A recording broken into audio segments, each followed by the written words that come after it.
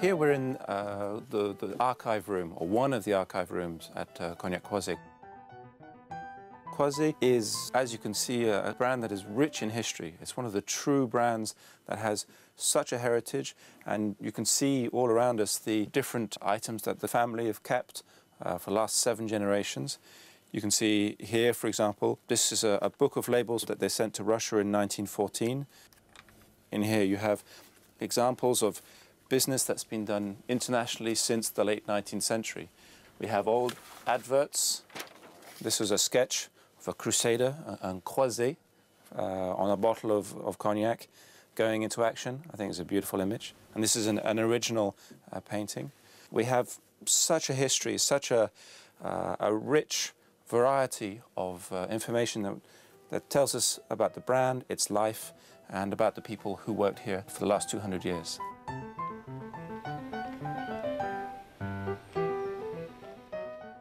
Here we are in the distillery at Cognac Croizet. Here we have 4 traditional pot stills, all made of copper, as you can see. The distillation in cognac in Charente has not changed since the 16th century. So here we're distilling really in the traditional manner. The distillery is right next to the vineyard. It's very important to have the freshest, most natural wines possible. So the wines are fermenting just next door, and when the wines are ready to be distilled, they're just brought into the distillery, and we distill them in these pot stills. The wine will actually start here in the boiler.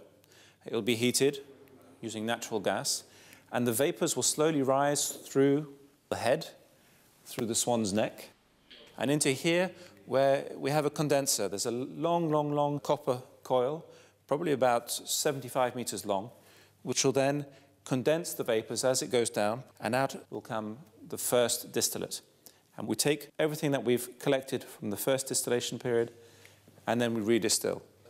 And what will come out here the second time around is what we call eau de vie. Eau de vie is 70 degrees alcohol. It is crystal clear, and it is really the heart of the wine. So here we have the eau de vie as it's come out of the alembic itself after the double distillation. As you can see, it's perfectly clear. There's absolutely no color whatsoever. The color is going to come from the barrel and the tannins and through the aging process. Already, when you put your nose over the top of the glass, you can smell all the different aromas, the intense fruitiness, even the sort of floral aromas that come from the eau de vie in this particular part of the Cognac region.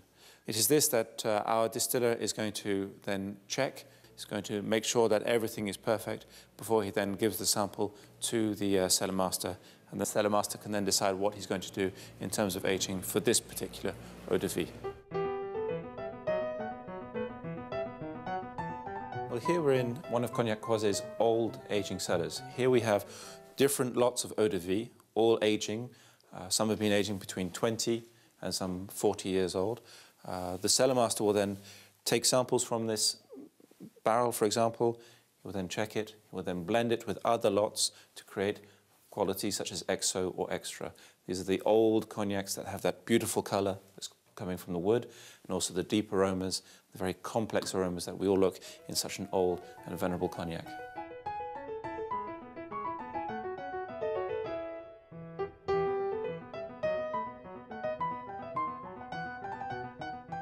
Well, here we are in the blending room at Cognac Croizet. In the big vats around us, we have the future cognac. And here we're working on the blend. When we make cognac, it's a blend of different eau de vie from different years and from different vineyards. So you can see that each bottle on this table represents the produce of 1 year and from 1 vineyard. Now, Jean-Emmanuel Roy, as director of the Croizet Estates, it is his role to actually define the taste and the style of Croizet, whether it be for a young cognac, for an older cognac, and even for the vintage cognac that we also make.